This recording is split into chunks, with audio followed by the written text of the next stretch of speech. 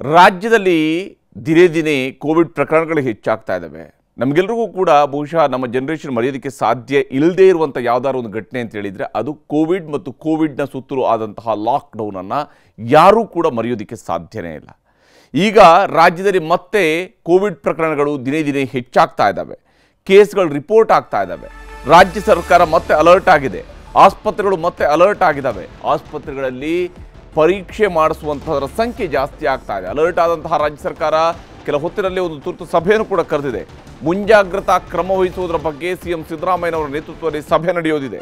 ಮುಖ್ಯಮಂತ್ರಿ ಸಿದ್ದರಾಮಯ್ಯನವರು ಕೂಡ ಮೊನ್ನೆ ಮೈಸೂರಿನಲ್ಲಿ ನಡೆದಂತಹ ಕಾರ್ಯಕ್ರಮದಲ್ಲಿ ಮುಖಕ್ಕೆ ಮಾಸ್ಕ್ ಧರಿಸಿ ಕಾರ್ಯಕ್ರಮದಲ್ಲಿ ಹಾಜರಿದ್ದರು.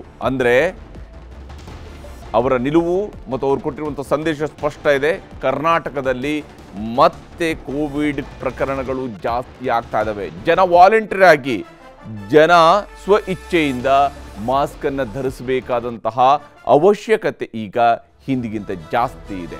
ಸಾಮಾನ್ಯವಾಗಿ ಕೋವಿಡ್ ನಂತರದ ದಿವಸಗಳಲ್ಲಿ ನೀವು ದಿವಸಕ್ಕೆ ಒಬ್ಬರು ಅಥವಾ ಇಬ್ಬರನ್ನಾದರೂ ಮಾಸ್ಕ್ ಹಾಕ್ಕೊಂಡು ಓಡಾಡ್ತಾ ಇರುವಂಥವ್ರು ನೋಡ್ಬೋದು. ಎಕ್ಸ್ಟ್ರಾ ಕಾಷಿಯಸ್ ಆಗಿ ಅವರು ತಮ್ಮ ಒಂದು ಮಾಸ್ಕನ್ನು ಧರಿಸಿ ಓಡಾಡ್ತಾ ಇರ್ತಾರೆ ಅಂತ ಕೂಡ ನಾವು ಹೇಳ್ತಾ ಇರ್ತೀವಿ. ಆದರೆ ಈಗ ಮತ್ತೆ ಮಾಸ್ಕ್ ಧರಿಸಬೇಕಾದ ಅನಿವಾರ್ಯತೆ ಎದುರಾಗ್ತಾ ಇದೆ. ಯಾಕಂದರೆ ಕೋವಿಡ್ ಹರಡ್ತಾ ಇದೆ. ಕೋವಿಡ್ ಪ್ರಕರಣಗಳು ಜಾಸ್ತಿ ಆಗ್ತಾ ಇದ್ದಾವೆ. ಈ ಕಾರಣಕ್ಕಾಗಿಯೇ ಮುಖ್ಯಮಂತ್ರಿ ಸಿದ್ದರಾಮಯ್ಯನವರ ನೇತೃತ್ವದಲ್ಲಿ ಕೋವಿಡ್ ಬಗ್ಗೆನೇ ಚರ್ಚಿಸೋದಕ್ಕೆ ಒಂದು ಸಭೆಯನ್ನು ಕರೆಯಲಾಗಿದೆ. ಹಾಗಾದರೆ ಏನಾಗುತ್ತೆ ಈ ಸಭೆಯಲ್ಲಿ, ಏನೇನು ಚರ್ಚೆ ಮಾಡುವಂಥವ್ರು ಇದ್ದಾರೆ ಅನ್ನೋಂಥವ್ರನ್ನ ನಾವು ಮೊದಲಿಗೆ ನೋಡಬೇಕು. ಸಿಎಂ ನೇತೃತ್ವದಲ್ಲಿ ಸಭೆ ನಡೆಯುತ್ತೆ. ಆರೋಗ್ಯ ಸಚಿವರು ಹಾಗೆ ಅಧಿಕಾರಿಗಳು ಕೂಡ ಈ ಸಭೆಯಲ್ಲಿ ಭಾಗವಹಿಸಲಿದ್ದಾರೆ. ಮುಖ್ಯಮಂತ್ರಿ ಸಿದ್ದರಾಮಯ್ಯನವರು ಇತ್ತೀಚೆಗೆ ಮಾಸ್ಕ್ ಧರಿಸಿನೇ ಮಾತನಾಡ್ತಾ ಇರುವಂಥದ್ದು ಸಾಮಾನ್ಯ ಆಗ್ತಾ ಇದೆ. ಈಗ ಕೋವಿಡ್ಗೆ ಸಂಬಂಧಿಸಿರತಕ್ಕಂತಹ ಸಭೆಯನ್ನು ಕರೆದಿದ್ದಾರೆ. ತಜ್ಞ ವೈದ್ಯರ ಸಲಹೆಯನ್ನು ಕೂಡ ಮುಖ್ಯಮಂತ್ರಿ ಸಿದ್ದರಾಮಯ್ಯನವರು ಪಡೆಯಲಿದ್ದಾರೆ. ಏನೇನು ಮಾಡಬೇಕು, ಯಾವ ಸ್ವರೂಪದಲ್ಲಿ ಈಗಿರುವಂತಹ ಕೋವಿಡ್ ವೇರಿಯಂಟ್ಗೆ ಸಂಬಂಧಿಸಿದಂತೆ ಏನೇನು ಕ್ರಮಗಳನ್ನು ಕೈಗೊಳ್ಳಬೇಕು ಈ ನಿಟ್ಟಿನಲ್ಲಿ ಚರ್ಚೆ ಆಗುತ್ತೆ. ರಾಜ್ಯದಲ್ಲಿ ಒಟ್ಟು 98 ಪ್ರಕರಣಗಳು ಈಗಾಗಲೇ ದಾಖಲಾಗಿವೆ. ಕರ್ನಾಟಕದಲ್ಲಿ ಒಂದೇ ರಾಜ್ಯದಲ್ಲಿನೇ 98 ಪ್ರಕರಣಗಳು ಈಗ ಕೋವಿಡ್ಗೆ ಸಂಬಂಧಪಟ್ಟಂತೆ ದಾಖಲಾಗಿದ್ದಾವೆ. ಬೆಂಗಳೂರಿನಲ್ಲಿ 47 ಸಕ್ರಿಯ ಪ್ರಕರಣಗಳು ಕೂಡ ದಾಖಲಾಗಿದ್ದಾವೆ. ಬೆಂಗಳೂರಿನಲ್ಲಿನೇ 47 ಸಕ್ರಿಯ ಪ್ರಕರಣಗಳಿದ್ದಾವೆ. ಈ 47 ಮಂದಿಯನ್ನು ಕೂಡ ಈಗಾಗಲೇ ಹೋಮ್ ಐಸೋಲೇಷನ್ನಲ್ಲಿ ಇರಿಸಲಾಗಿದೆ. ಮನೆಗಳಲ್ಲಿನೇ ಐಸೋಲೇಟ್ ಮಾಡಲಾಗಿದೆ. ಬೆಂಗಳೂರಿನ ಮಹದೇವಪುರ ವಲಯವನ್ನು ಹಾಟ್ಸ್ಪಾಟ್ ಅಂತೇಳಿ ಗುರುತಿಸಲಾಗಿದೆ. ಮಹದೇವಪುರದಲ್ಲಿ ಜಾಸ್ತಿಯಾಗಿ ಕೋವಿಡ್ ಹರಿದಾಡ್ತಾ ಇದೆ ಮಹದೇವಪುರ ವಲಯದಲ್ಲಿ ಅನ್ನುವಂಥದ್ದು ಸದ್ಯಕ್ಕೆ ಬಹಳ ಮುಖ್ಯವಾಗಿರ್ತಕ್ಕಂಥ ಒಂದು ಅಂಶ. ಸಿಎಂ ಜೊತೆಗೆ ಚರ್ಚಿಸಿ ಮಾರ್ಗಸೂಚಿ ಪ್ರಕಟಿಸುವ ಬಗ್ಗೆಯೂ ಕೂಡ ತೀರ್ಮಾನವನ್ನು ಕೈಗೊಳ್ಳೋದಕ್ಕೆ ಈಗ ಆರೋಗ್ಯ ಇಲಾಖೆಯವರು ಕೂಡ ನಿರ್ಧರಿಸಿದ್ದಾರೆ. ವಿವಿಧ ಇಲಾಖೆಗಳವರು ಈ ಸಭೆಯಲ್ಲಿ ಭಾಗವಹಿಸ್ತಾರೆ. ಮುಖ್ಯಮಂತ್ರಿಯವರ ಜೊತೆಗೆ ಚರ್ಚೆಯನ್ನು ನಡೆಸ್ತಾರೆ. ಮುಂದೇನು, ಯಾವ ಸ್ವರೂಪದಲ್ಲಿ ಕೋವಿಡ್ ವಿಚಾರದಲ್ಲಿ ನಿರ್ಧಾರಗಳನ್ನು ಕೈಗೊಳ್ಳಬೇಕಿದೆ ಅನ್ನೋದ್ರ ಬಗ್ಗೆ ಚರ್ಚೆ ಆಗೋದಿದೆ. ಆರೋಗ್ಯ ವೈದ್ಯಕೀಯ ಶಿಕ್ಷಣ ಇಲಾಖೆಯಿಂದಲೇ ಈಗಾಗಲೇ ಸಭೆಗಳು ನಡೆದಿದ್ದಾವೆ. ಅವರು ಕೂಡ ಸಭೆಗಳ ಮೇಲೆ ಸಭೆಯನ್ನು ನಡೆಸ್ತಾ ಇದ್ದಾರೆ. ಅವರು ಕೂಡ ಚರ್ಚೆಯನ್ನು ಮಾಡ್ತಾ ಇದ್ದಾರೆ. ತಜ್ಞರ ಸಲಹೆಯನ್ನು ಪಡಿತಾ ಇದ್ದಾರೆ. ಏನು ಕ್ರಮ ಕೈಗೊಳ್ಳಬೇಕು ಅನ್ನೋದ್ರ ಬಗ್ಗೆ ಯೋಚಿಸ್ತಾ ಇದ್ದಾರೆ. ಸಿಎಂ ಸಭೆಗೂ ಮುಂಚಿತವಾಗಿ ಕೋವಿಡ್ ಟೆಸ್ಟ್ ಬೆಡ್ ಮೀಸಲು ಬಗ್ಗೆಯೂ ಕೂಡ ಚರ್ಚೆ ನಡೆದಿದೆ. ಕೋವಿಡ್ ಟೆಸ್ಟ್ಗಳನ್ನು ಜಾಸ್ತಿ ಮಾಡಿಸುವಂಥದ್ದು ಸೊ ದ್ಯಾಟ್ ಜನ ಯಾರಿಗೆಲ್ಲ ಈಗಾಗಲೇ ಕೋವಿಡ್ ಇದೆ, ಸೋಂಕಿತರಿದ್ದಾರೆ, ಆ ಸೋಂಕಿತರಲ್ಲಿ ಎಷ್ಟು ಜನಕ್ಕೆ ಬಾಧಿಸಿದೆ ಅಂತ. ಯಾಕಂದರೆ ನಮಗೆಲ್ಲರೂ ಕೂಡ ಗೊತ್ತಿದೆ ಕೋವಿಡ್ ವಿಚಾರದಲ್ಲಿ ಕೋವಿಡನ್ನು ಕ್ಯಾರಿಯರ್ಗಳು ಇದ್ದೇ ಇರ್ತಾರೆ.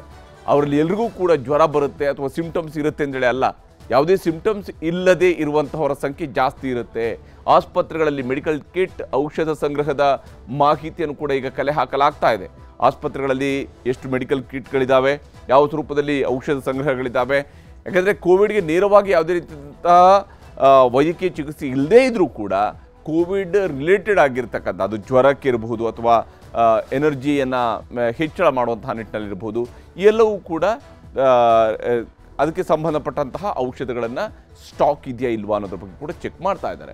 ಇನ್ನು ಆರೋಗ್ಯ ಇಲಾಖೆ ಏನು ಮಾಡ್ತಾ ಇದೆ ಅನ್ನೋದನ್ನ ನೋಡ್ತಾ ಹೋದರೆ ಕೇಂದ್ರ ಸರ್ಕಾರದ ಸೂಚನೆಯಂತೆ ಸೋಂಕಿತರ ಮೇಲೆ ವಿಶೇಷ ನಿಗಾ ಇಡುವಂತಹ ಕೆಲಸವನ್ನು ರಾಜ್ಯ ಆರೋಗ್ಯ ಇಲಾಖೆ ಕೂಡ ಮಾಡ್ತಾ ಇದೆ. ಕೇಂದ್ರ ಸರ್ಕಾರ ಈಗಾಗಲೇ ರಾಜ್ಯಗಳಿಗೂ ಕೂಡ ಗೈಡ್ಲೈನ್ಸನ್ನು ಕೊಟ್ಟಿದೆ. ಅದು ಮಾರ್ಗಸೂಚಿಯನ್ನು ಕೊಟ್ಟಿದೆ. 47 ಕೋವಿಡ್ ಸೋಂಕಿತರಿಗೆ ಹೋಮ್ ಐಸೋಲೇಷನ್ ಮಾಡಲಾಗಿದೆ. 47 ಮಂದಿ ಸದ್ಯಕ್ಕೆ ಬೆಂಗಳೂರು ನಗರದಲ್ಲಿರತಕ್ಕಂತಹ ಆಕ್ಟಿವ್ ಕೋವಿಡ್ ಪ್ರಕರಣಗಳು. ಹೀಗಾಗಿ ಅವ್ರನ್ನ ಹೋಮ್ ಐಸೋಲೇಷನ್ನಲ್ಲಿ ಇಡಲಾಗಿದೆ.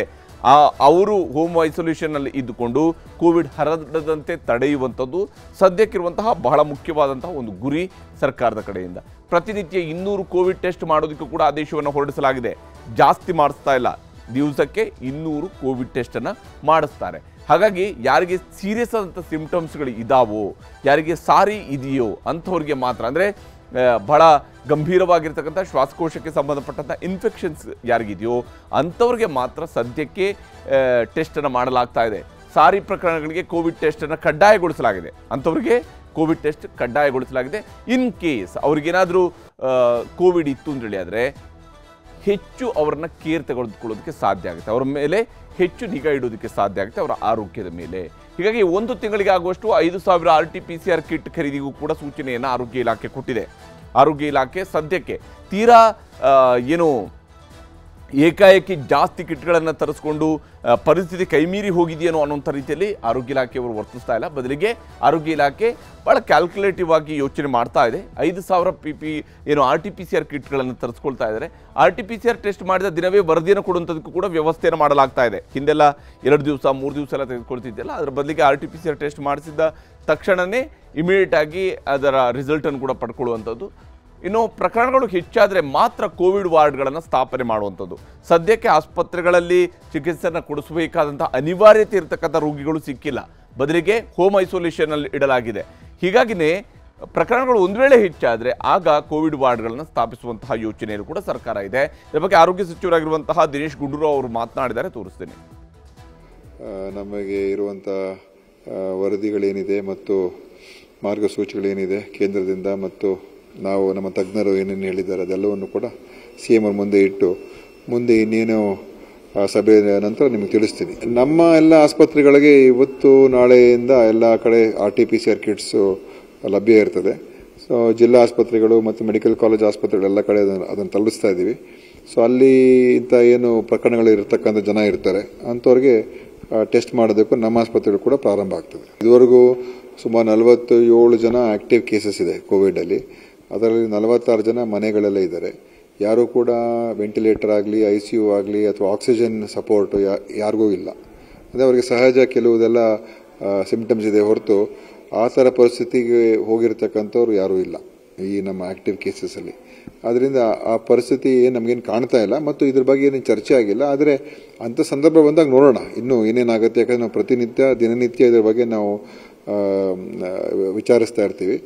ಆ ಸಮಯಕ್ಕೆ ಅನುಸಾರವಾಗಿ ಏನೇನು ಕ್ರಮಗಳು ತಗೊಳ್ಬೇಕು ನಾವು ಎಲ್ಲ ಕ್ರಮ ತಗೊಳ್ಳೋದು ಕೂಡ ನಾವು ತಯಾರಾಗಿರ್ತೀವಿ. ಸಾರಿ ಕೇಸಸ್ ಏನು ನಮಗೆ ರಿಪೋರ್ಟ್ ಆಗ್ತದೆ ನಮ್ಮ ಹಾಸ್ಪಿಟಲ್ಸ್ನಲ್ಲಿ ಅದರದ್ದು ಕಂಪಲ್ಸರಿ ಆಗಿ ನಾವು ಕೋವಿಡ್ ಇನ್ಸ್ಪೆಕ್ಷನ್ ಅಥವಾ ಕೋವಿಡ್ ಟೆಸ್ಟಿಂಗ್ ಮಾಡ್ತೀವಿ. ಸಾರಿ ಅಂದರೆ severely acute respiratory illness which are admitted cases. There is a method also for the hospitals to give the information that will be tested. Otherwise ನಮ್ಮ ಹತ್ರ total 71 cases are reported. Active cases have been reported. According to preliminary advice, we are not very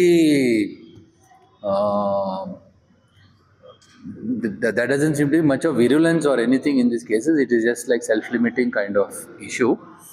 But we'll wait for further instructions from government because government ಏನು ತೀರ್ಮಾನ ಮಾಡ್ತೀವಿ ಅದರ ಆಧಾರದ ಮೇಲೆ ನಾವು ಮುಂದೆ ಕೆಲಸ ಮಾಡ್ತೀವಿ. Total cases we have reported in Bangalore around 70. ಇಲ್ಲ ಸೌತ್ ಮತ್ತು ಮಹದೇವಪುರದಲ್ಲಿ 16 and 14 cases we have got. ಹೀಗೆ ಬೆಂಗಳೂರು ದಕ್ಷಿಣ ಮತ್ತು ಬೆಂಗಳೂರಿನ ಮಹದೇವಪುರ ವಲಯದಲ್ಲಿ ಹೆಚ್ಚು ಪ್ರಕರಣಗಳು ದಾಖಲಾಗಿದ್ದಾವೆ. ಈಗ ಸರ್ಕಾರ ಯಾವ ರೀತಿಯಾಗಿ ಜನರಿಗೆ ಅಡ್ವೈಸನ್ನು ಕೊಡ್ತಾ ಇದೆ ಅಂತ ಹೇಳಿದರೆ, ನೀವು ಆತಂಕ ಪಡೋದು ಬೇಡ, ಆದರೆ ಸ್ವಲ್ಪ ಎಚ್ಚರವನ್ನು ತೆಗೆದುಕೊಳ್ಳಿ, ಗಮನ ಹರಿಸಿ ಅನ್ನುವಂಥದ್ದನ್ನು ಮಾತ್ರ ಹೇಳ್ತಾ ಇದೆ. ಆತಂಕ ಪಡಬೇಕಾದ ಅವಶ್ಯಕತೆ ಇಲ್ಲ. ನಾಳೆ ದಿವಸ ಏನೋ ಆಗಿಬಿಡುತ್ತೇನೋ ಅಂತ ಹೇಳ್ಕೊಂಡು ಈಗಲೇ ಭಯ ಬೀಳುವಂಥ ಅವಶ್ಯಕತೆಗಳಿಲ್ಲ. ಜನರು ಎಚ್ಚರಿಕೆ ಮತ್ತು ಮುಂಜಾಗ್ರತೆಯಿಂದ ಇರಬೇಕು ಅನ್ನುವಂಥದ್ದು ಸರ್ಕಾರ ಹೇಳ್ತಾ ಇರುವಂತಹ ಮಾತು. ಜನ ಎಚ್ಚರಿಕೆಯಿಂದ ಇರಬೇಕು, ಮುಂಜಾಗ್ರತೆಯನ್ನು ತೆಗೆದುಕೊಳ್ತಾ ಇರಬೇಕು. ನಿಮ್ಮಲ್ಲಿ ಯಾರಿಗಾದರೂ ಕೋವಿಡ್ ಸಿಂಪ್ಟಮ್ಸ್ ಇದೆ ಅಂತ ಹೇಳಿದರೆ ಆದಷ್ಟು ಹೊರಗಡೆ ಬರಬೇಡಿ, ಬೇರೆಯವ್ರ ಜನರ ಜೊತೆಗೆ ನೀವು ಸೇರಿಕೊಳ್ಬೇಡಿ. ಸೊ ದ್ಯಾಟ್ ಕೋವಿಡ್ ಹರಡದಂತೆ ತಡೆಯುವಂತಹ ನಿಟ್ಟಲ್ಲಿ ನೀವು ನಿಮ್ಮನ್ನು ಸಂಭಾಳಿಸ್ಕೊಳ್ಳುವಂಥ ಕೂಡ ಅಷ್ಟೇ ಮುಖ್ಯ. ಆ ಜವಾಬ್ದಾರಿ ಪ್ರತಿಯೊಬ್ಬರಿಗೂ ಇರಲೇಬೇಕು. ಇನ್ನು ಗಡಿ ರಾಜ್ಯಗಳಲ್ಲಿ ಓಡಾಡೋದಕ್ಕೆ ಯಾವುದೇ ರೀತಿಯಂಥ ನಿರ್ಬಂಧ ಇಲ್ಲ. ಅಂದರೆ ಒಂದು ರಾಜ್ಯದಿಂದ ಇನ್ನೊಂದು ರಾಜ್ಯಕ್ಕೆ ಹೋಗೋದಾಗಲಿ ಬರೋದಾಗಲಿ ಇದಕ್ಕೆ ಯಾವುದೇ ರೀತಿಯ ನಿರ್ಬಂಧವನ್ನು ಸರ್ಕಾರಗಳಿಗೆ ಹೇರಿಲ್ಲ. ಆ ಮೂಲಕ ಗಡಿಗಳನ್ನು ಬಂದೇನು ಮಾಡಿಲ್ಲ, ಬದಲಿಗೆ ಓಡಾಡಬಹುದು ಜನ. ವಯಸ್ಸಾದವರು, ಬಾಣಂತಿಯರು, ಗರ್ಭಿಣಿಯರು ಮಾಸ್ಕ್ ಧರಿಸುವಂಥದ್ದು ಒಳ್ಳೆಯದು ಅಂಥೇಳಿ. ಅಂದರೆ ವಿಶೇಷವಾಗಿ ಯಾರಿಗೆಲ್ಲ ಕೋಮಾರ್ಬಿಡ್ ಇದೆಯೋ, ಅಂದರೆ ಯಾರು ಬೇರೆ ಬೇರೆ ರೀತಿಯಾದಂಥ ಆರೋಗ್ಯ ಸಮಸ್ಯೆಗಳಿಂದ ಬಳಲ್ತಾ ಇರ್ತಾರೋ ಅಂಥವ್ರು ಆದಷ್ಟು ಮಟ್ಟಿಗೆ ನೀವು ಈ ಜನನಿಬಿಡ ಪ್ರದೇಶಗಳಲ್ಲಿರುವಂತಹ ಸಂದರ್ಭಗಳಲ್ಲಿ ಯಾವ ರೀತಿಯಾಗಿರಬೇಕು ಅನ್ನೋದನ್ನು ನೋಡ್ಕೊಳ್ಬೇಕು. ನಮ್ಮ ಮೆಟ್ರೋ AC ಬಸ್ಗಳಲ್ಲಿ ಮಾಸ್ಕ್ ಕಡ್ಡಾಯದ ಬಗ್ಗೆಯೂ ಕೂಡ ಸರ್ಕಾರ ನಿರ್ಧಾರವನ್ನು ಕೈಗೊಳ್ಳಲಿದೆ. ಇನ್ನೂ ಕೂಡ ಕೈಗೊಂಡಿಲ್ಲ, ನಿರ್ಧಾರವನ್ನು ಕೈಗೊಳ್ಳಲಿದೆ. ಮೆಟ್ರೋದಲ್ಲೂ ಕೂಡ ಅಂಥ ಒಂದು ಪ್ರಸ್ತಾವನೆ ಇದೆ. ಸಾರ್ವಜನಿಕ ಸ್ಥಳಗಳಲ್ಲೂ ಕೂಡ ಮಾಸ್ಕ್ ಕಡ್ಡಾಯಗೊಳಿಸೋದ್ರ ಬಗ್ಗೆ ಸರ್ಕಾರ ನಿರ್ಧಾರವನ್ನು ಕೈಗೊಳ್ಳಬಹುದು. ಯಾಕಂದರೆ ಮಾಸ್ಕನ್ನು ಧರಿಸಿ ಓಡಾಡೋದ್ರಿಂದಾಗಿ ಆದಷ್ಟು ಕೋವಿಡ್ನಿಂದ ದೂರ ಇರಬಹುದು ಅನ್ನುವಂಥ ಒಂದು ನಂಬಿಕೆ ಇದೆ. ಈ ಕಾರಣಕ್ಕಾಗಿ ಹಾಗೆಂತೇಳಿ ಮಾಸ್ಕ್ ಧರಿಸಿದವ್ರಿಗೆಲ್ರಿಗೂ ಕೂಡ ಕೋವಿಡ್ ಬರದೇ ಇಲ್ಲ ಅಂತೇಳಿ ಏನೂ ಇಲ್ಲ, ಬಂದಿತ್ತು, ಈ ಹಿಂದೆ ನಾವು ನೋಡಿದ್ದೀವಿ. ಈಗ ವೃದ್ಧರು, ಅನಾರೋಗ್ಯ ಪೀಡಿತರ ಬಗ್ಗೆ ಎಚ್ಚರ ಇರಲಿ, ಟೆಸ್ಟ್ ಮಾಡಿಸ್ಕೊಳ್ಳಿ ಅಂತ ಹೇಳಿ. ಅಂದರೆ ವಿಶೇಷವಾಗಿ ವೃದ್ಧರ ಬಗ್ಗೆ ಮತ್ತು ಅನಾರೋಗ್ಯ ಪೀಡಿತರ ಬಗ್ಗೆ, ಕೋಮಾರ್ಬಿಡ್ ಇರುವಂಥವ್ರ ಬಗ್ಗೆ ಅವ್ರುಗಳು ಆದಷ್ಟು ಎಚ್ಚರ ಇರಬೇಕು, ಆರೋಗ್ಯದ ತಪಾಸಣೆಯನ್ನು ಮಾಡಿಸ್ಕೊಳ್ಬೇಕು. ಏನಾದರೂ ಸಮಸ್ಯೆಗಳಾದರೆ ಇಮಿಡಿಯೇಟಾಗಿ ಆಸ್ಪತ್ರೆಗೆ ಹೋಗುವಂಥದ್ದು, ಚಿಕಿತ್ಸೆ ಪಡೆಯುವಂಥದ್ದು ಮಾಡಬೇಕು. ಮನೆಯಲ್ಲೇ ಔಷಧಿಯನ್ನು ಪಡ್ಕೊಳ್ಬೇಡಿ. BP, ಶುಗರ್, ಕಿಡ್ನಿ, ಹೃದಯ ಸಮಸ್ಯೆ ಇದ್ದರೆ ಅಲರ್ಟ್ ಆಗಿರಿ. ದಯವಿಟ್ಟು ನೀವೇ ಮನೆಯಲ್ಲಿ ಜ್ವರ ಬಂದಿದೆ ಅಂತ ತಿಳ್ಕೊಂಡು ಮಾತ್ರೆ ತೆಗೆದುಕೊಳ್ಬೇಡಿ. ಬದಲಿಗೆ ವೈದ್ಯನ ಕನ್ಸಲ್ಟ್ ಮಾಡಿ ನಂತರ ತೀರ್ಮಾನವನ್ನು ಕೈಗೊಳ್ಳಿ.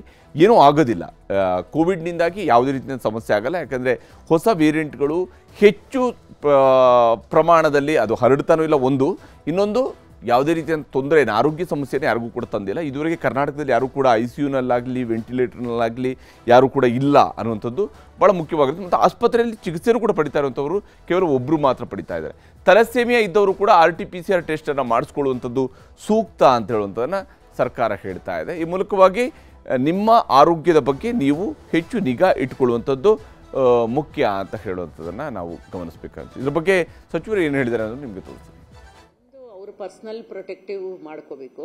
ನೆಗಡಿ ಶೀತ ಇರೋರು, ಇದು ಮೇನ್ ಯಾರಲ್ಲಿ ಜಾಸ್ತಿ ಅಂತಂದ್ರೆ ಒಂದು ವೃದ್ಧರು, ಮಕ್ಕಳು, ಪ್ರೆಗ್ನೆಂಟ್ ವಿಮೆನ್ನು, ಮತ್ತೆ ಕೋಮಾರ್ಬಿಡ್ ಕಂಡೀಷನ್ಸ್ ಅಂತ ಏನು ಹೇಳ್ತೀವಿ, ಡಯಾಬಿಟಿಸ್ ಇರ್ಬೋದು, ಬ್ಲಡ್ ಪ್ರೆಷರ್ಸ್ ಇರ್ಬೋದು, ಕಿಡ್ನಿ ತೊಂದರೆಯಿಂದ ಬಳಲ್ತಿರೋರು, ಮತ್ತೆ ಹಾರ್ಟ್ ತೊಂದರೆಯಿಂದ ಬಳಲ್ತಿರೋರು, ಆಮೇಲೆ ಬ್ಲಡ್ ಡಿಸಾರ್ಡರ್ಸ್, ಥೆಲಸೀಮಿಯಾ ಅಂತ ಏನು ಹೇಳ್ತೀವಿ, ಆ ಥರ ಡಿಸೀಸಸ್ ಅಲ್ಲಿ, ಕೋಮಾರ್ಬಿಡಿಟೀಸ್ ಅಲ್ಲಿ ಸ್ವಲ್ಪ ಜಾಸ್ತಿ ಕಾಣಿಸ್ಕೊಳ್ಳುತ್ತೆ. ಇಲ್ಲಾಂದ್ರೆ ಮಾಮೂಲಿ ನೆಗಡಿ, ಜ್ವರ, ಕೆಮ್ಮು, ಫ್ಲೂ ಥರನೇ symptoms, difficult to make out ಎರಡಕ್ಕೂ. ವೈದ್ಯರು ಸಲಹೆಯನ್ನು ಕೊಟ್ಟಿದ್ದಾರೆ, ಇಲ್ಲಿ ಗಾಬರಿ ಪಡಬೇಕಂತ ಅವಶ್ಯಕತೆ ಏನಿಲ್ಲ. ಆದಷ್ಟು ಎಚ್ಚರಿಕೆಯಿಂದ ಇದ್ದರೆ ಸಾಕು. ನಿಮ್ಮ ಆರೋಗ್ಯದ ಬಗ್ಗೆ ನಿಮಗೆ ಗೊತ್ತಿರಲಿ ಅಂಥೇಳಿ, ಮತ್ತು ನಿಮ್ಮ ಮನೆಯಲ್ಲಿರುವಂಥವರ ಬಗ್ಗೆಯೂ ಕೂಡ, ಅವರ ಆರೋಗ್ಯದ ಬಗ್ಗೆ ಕೂಡ ನಿಮಗೆ ಗೊತ್ತಿರಲಿ. ಶಾಲಾ ಮಕ್ಕಳ ಬಗ್ಗೆ ಪೋಷಕರು ಆತಂಕ ಪಡುವಂಥದ್ದು ಬೇಕಾಗಿಲ್ಲ. ಮಕ್ಕಳ ಬಗ್ಗೆ ಗಮನ ಇರಲಿ, ಆದರೆ ಹೆದರ್ಕೊಳ್ಬೇಡಿ. ಮಕ್ಕಳಿಗೆ ಕೋವಿಡ್ ಸಂದರ್ಭದಲ್ಲೂ ಕೂಡ ಮಕ್ಕಳಿಗೆ ಯಾವುದೇ ರೀತಿಯ ತೊಂದರೆ ಆಗಿರಲಿಲ್ಲ. ಹಿಂದೆಯೂ ಕೂಡ ಕೋವಿಡ್ ಪರಾಕಾಷ್ಠೆಗೆ ಹೋದಾಗಲೂ ಕೂಡ ತೊಂದರೆ ಆಗಿರಲಿಲ್ಲ. ಮಳೆ ಜಾಸ್ತಿ ಆದ ಕಾರಣಕ್ಕಾಗಿ ಶೀತ, ನೆಗಡಿ ಸಾಮಾನ್ಯ ಇದ್ದೇ ಇರುತ್ತೆ ಮಕ್ಕಳಲ್ಲಿ. ಈ ಸಂದರ್ಭದಲ್ಲಿ ಶೀತ ಆಗುವಂಥದ್ದು, ನೆಗಡಿ ಆಗುವಂಥ ಇಂಥೆಲ್ಲ ಇದ್ದೇ ಇರುತ್ತೆ. ಆದರೆ ಕೊರೋನಾ ರೂಪಾಂತರ ತಳಿ ಹೆಚ್ಚು ಪರಿಣಾಮಕಾರಿ ಅಲ್ಲ ಅನ್ನುವಂಥ ರಿಪೋರ್ಟ್ ಕೂಡ ಇದ್ದೇ ಇದೆ. ಅಂದರೆ ಇದರಿಂದಾಗಿ ಏನು ತೊಂದರೆ ಆಗೋದಿಲ್ಲ ಅಂಥೇಳಿ. ಶಾಲೆಯಲ್ಲಿ ಮಾಸ್ಕ್, ಸ್ಯಾನಿಟೈಸ್ ಮಾಡಿಸುವಂಥದ್ದು ಕೂಡ ಬಹಳ ಒಳ್ಳೆಯದು. ಮಕ್ಕಳಿಗೆ ಕೋವಿಡ್ ಬರೋದಿಲ್ಲ ಅಂತ ಹೇಳಿದ ತಕ್ಷಣ, ಅಥವಾ ಅದರಿಂದಾಗಿ ಅವ್ರಿಗೆ ತೊಂದರೆ ಆಗೋದಿಲ್ಲ ಅಂತ ಹೇಳಿದ ತಕ್ಷಣ ಅವರು ಕೋವಿಡ್ ಕ್ಯಾರಿಯರ್ ಆಗಿ ಕೆಲಸ ಮಾಡಲ್ಲ ಅಂತ ಹೇಳೋಕ್ಕಾಗಲ್ಲ. ಅಂದರೆ ಅವರು ಕೋವಿಡನ್ನು ಕ್ಯಾರಿ ಮಾಡಬಹುದು. ಅವರು ಮನೆಯಲ್ಲಿ ಬೇರೆ ಯಾರಿಗೂ ಬಂದರೆ ಮಕ್ಕಳಿಗೂ ಕೂಡ ಕೋವಿಡ್ ಬರಬಹುದು. ಆವಾಗ ಅವ್ರು ಬೇರೆಯವ್ರ ಜೊತೆ ಬೆರೆತಾಗ ಅವ್ರಿಗೂ ಕೂಡ ಕೋವಿಡ್ ಬರಬಹುದು. ಹೀಗಾಗಿ ಮಕ್ಕಳ ವಿಚಾರದಲ್ಲಿ ಇಂತಹ ಗಮನ ಇರಬೇಕಾಗತ್ತೆ. ಮಕ್ಕಳಿಗೆ ಮಾಸ್ಕ್ ಹಾಕಿಸಿ ಕಳಿಸುವಂಥದ್ದು ಕೂಡ ಬಹಳ ಒಳ್ಳೆಯದು ಅನ್ನುವಂಥದ್ದನ್ನು ಸಲಹೆಯನ್ನು ಕೊಡ್ತಾ ಇದ್ದಾರೆ. ವಿಶೇಷವಾಗಿ ಲೋಕೇಶ್ ತಾಳಿಕಟ್ಟಿಯವರು ಮಾತನಾಡಿದರೆ, ಖಾಸಗಿ ಶಾಲೆಗಳ ಸಂಘದ ಅಧ್ಯಕ್ಷರು. ಶಾಲೆಗೆ ಬರುವಾಗ ಮಕ್ಕಳು ಕೆಲವು ಮುಂಜಾಗ್ರತೆ ಅಂದರೆ ಮಾಸ್ಕ್ ಹಾಕುವಂಥದ್ದು, ಸ್ಯಾನಿಟೈಸೇಷನ್, ಇಂಥ ವಿಚಾರಗಳಲ್ಲಿ ಕೆಲವು ನಿರ್ಧಾರಗಳನ್ನು ತಗೊಂಡು ಶಾಲೆಗೆ ಬರುವಾಗ, ಅಂದರೆ 28ನೇ ತಾರೀಕಿನಿಂದ ಶಾಲೆಗೆ ಬರುವಾಗ ಮಕ್ಕಳು ಮಾಸ್ಕ್ ಜೊತೆಗೆ ಬರಬೇಕಾಗತ್ತೆ ಅಂತೇಳಿ ಕೆಲವು ಮುನ್ಸೂಚನೆಗಳನ್ನು ಕೂಡ ನಾವು ಪೋಷಕರಿಗೆ ಈಗ ಕೊಡೋದಕ್ಕೆ ಇವತ್ತಿಂದ ಪ್ರಾರಂಭ ಮಾಡ್ತಾ ಇದ್ದೀವಿ. ಆ ನಿರ್ಧಾರವನ್ನು ನೆನ್ನೆ ತಗೊಂಡ್ವಿ. ಶೈಕ್ಷಣಿಕ ವರ್ಷ ಪ್ರಾರಂಭ ಆಗ್ತಾ ಇದೆ. ಮಕ್ಕಳಿಗೆ ಯಾವುದೇ ಆತಂಕದಿಂದ ಶಾಲೆಗೆ ಬರೋದು ಬೇಡ. ಅವರು ಫ್ರೀ ಮೈಂಡಲ್ಲಿ ಶಾಲೆಗೆ ಬರಲಿ. ಈಗ ರಜವನ್ನು ಕಳೆದು ಬರ್ತಾ ಇದ್ದಾರೆ, ಬಹಳ ಉತ್ಸಾಹದಿಂದ ಬರ್ತಿರ್ತಾರೆ ಮಕ್ಕಳು. ಆ ಉತ್ಸಾಹ ಹಾಗೇ ಇರಬೇಕು ಅಂತಿದ್ರೆ ನಾವು ಕೂಡ ಕೆಲವು ಮುಂಜಾಗ್ರತೆಯನ್ನು ತಗೋಬೇಕು. ಶಾಲೆಗಳಲ್ಲಿ ಸ್ವಚ್ಛತೆಯನ್ನು ಕಾಪಾಡ್ಕೋಬೇಕು, ಮತ್ತೆ ಶಿಕ್ಷಕರಿಗೂ ಕೂಡ ಅದ್ರ ಬಗ್ಗೆ ಮಾಹಿತಿಯನ್ನು ನೀಡಬೇಕು. ಮತ್ತೆ ಪ್ರೇಯರ್ಸ್ ಅಲ್ಲಿ ಮಕ್ಕಳುಗಳಿಗೆ ಅದನ್ನ ಹೇಳ್ಬೇಕಾಗುತ್ತೆ. ಪ್ರಾರಂಭದಲ್ಲಿ ಕೆಲವು ಮುಂಜಾಗ್ರತಾ ಕ್ರಮಗಳನ್ನ ಹೇಗೆ ತಗೋಬೇಕು. ಮುಂಗಾರು ಮಳೆ ಜಲ್ದಿನೂ ಬಂತು, ಹೆಚ್ಚಾಗಿ ಬಂತು. ಈ ಥರ ಮಳೆ ಬಂದಾಗ ಯಾವಾಗಲೂ ನೆಗಡಿ ಕೆಮ್ಮು ಅನ್ನೋದು ಒಂದು ಸಾಮಾನ್ಯವಾದ ಸ್ಥಿತಿ ನಾವು ಯಾವಾಗಲೂ ನೋಡಿರೋದು ವರ್ಷ ಆದಮೇಲೆ. ಈ ಸರ್ತಿ ಯಾರಿಗೋ ಸ್ವಲ್ಪ ಕೋವಿಡ್ ಅಂತ ಪಾಸಿಟಿವ್ ಬಂತು ಅಂತ ಎಲ್ಲ ನೆಗಡಿ ಕೆಮ್ಮನ್ನ ನಾವು ಕೋವಿಡ್ ಅಂತ ನಾವು ಕನ್ಸಿಡರ್ ಮಾಡಬಾರ್ದು. ಎಸ್, ಇದು ಭಾಳ ಮುಖ್ಯವಾಗಿರುವಂಥದ್ದು. ಎಲ್ಲ ನೆಗಡಿ ಕೆಮ್ಮು ಕೂಡ ಅದು ಕೋವಿಡ್ ಆಗಿರೋಕ್ಕೆ ಚಾನ್ಸ್ ಇಲ್ಲ. ಕೋವಿಡ್ ಬಂದಿದೆ ಇಲ್ಲ ಅನ್ನೋಂಥನ್ನ ಟೆಸ್ಟ್ ಮಾಡಿಸ್ಕೊಂಡು ದೃಢಪಡಿಸ್ಕೊಳ್ಳುವಂಥದ್ದು ಒಳ್ಳೆಯದೇ, ಇಲ್ಲ ಅಂತೇಳಿ ಅಲ್ಲ. ಹಾಗಂತೇಳಿ ಆತಂಕ ಪಡಬೇಕಾಗಿಲ್ಲ. ಒಂದು ವೇಳೆ ನಿಜಕ್ಕೂ ಕೋವಿಡ್ ಇದೆ ಅಂತ ಹೇಳಿದರೆ ಅಂಥವ್ರು ಆದಷ್ಟು ಹೋಮ್ ಐಸೋಲೇಷನ್ ಇರುವಂಥದ್ದು ಒಳ್ಳೆಯದು. ಆ ಮೂಲಕ ಬೇರೆಯವರಿಗೆ ನೀವು ಕೋವಿಡನ್ನು ಹರಡೋದ್ರಿಂದ ನಿಮ್ಮನ್ನು ನೀವು ಅಂತರವನ್ನು ಇಟ್ಕೊಂಡ್ರೆ ಇಡೀ ಜನಸಮೂಹ ಏನಿದೆ ಅವರು ಆರಾಮಾಗಿ ಓಡಾಡ್ಕೊಂಡಿರ್ಬೋದು, ಎಲ್ಲ ಕೆಲಸಗಳನ್ನು ಮಾಡ್ತಾ ಇರ್ಬೋದು. ಉಳಿದಂತೆ ಹಿಂದೆ ಹೋದಂತಹ ಪರಾಕಾಷ್ಠೆಗೆ ಕೋವಿಡ್ ರಿಲೇಟೆಡ್ ಆಗಿರ್ತಕ್ಕಂತಹ ಸಮಸ್ಯೆಗಳಿಗೆ ಅದು ಹೋಗದಂತೆ ತಡೆಯುವಂತಹ ಜವಾಬ್ದಾರಿ ಪ್ರತಿಯೊಬ್ಬ ನಾಗರಿಕರದ್ದು ಕೂಡ ಆಗಿರುವಂಥದ್ದು.